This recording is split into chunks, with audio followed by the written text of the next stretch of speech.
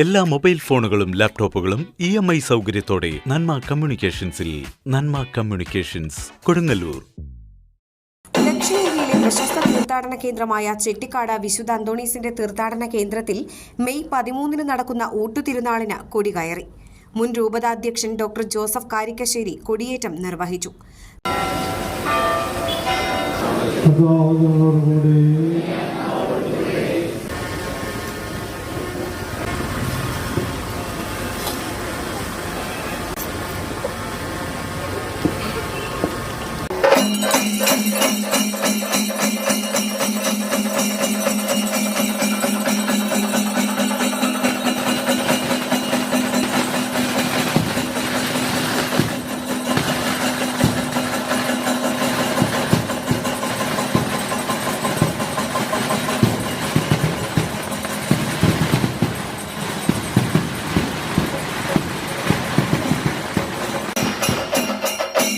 തുടർന്ന് നടന്ന ദിവ്യബലിയിൽ father Benjamin ജേജു Elanjikkal വചന പ്രഘോഷണം നടത്തി.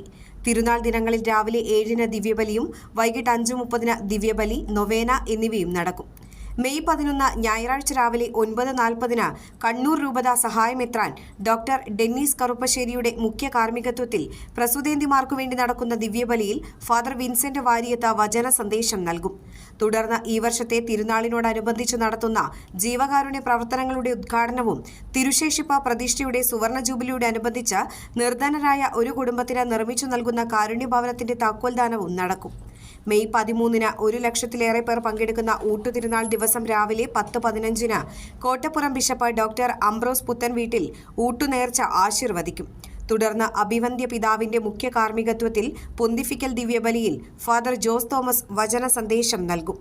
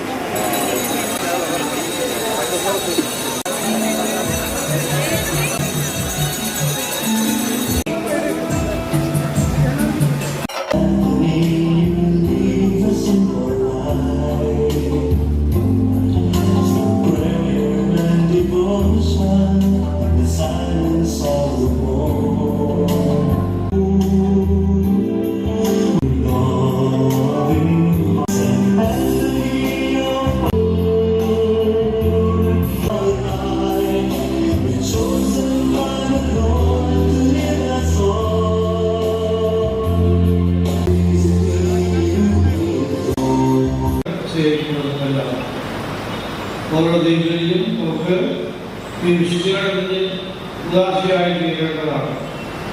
ഈശോയുടെ വരുമ്പോൾ നമ്മുടെ പാപങ്ങൾ കൊടുക്കുന്നു.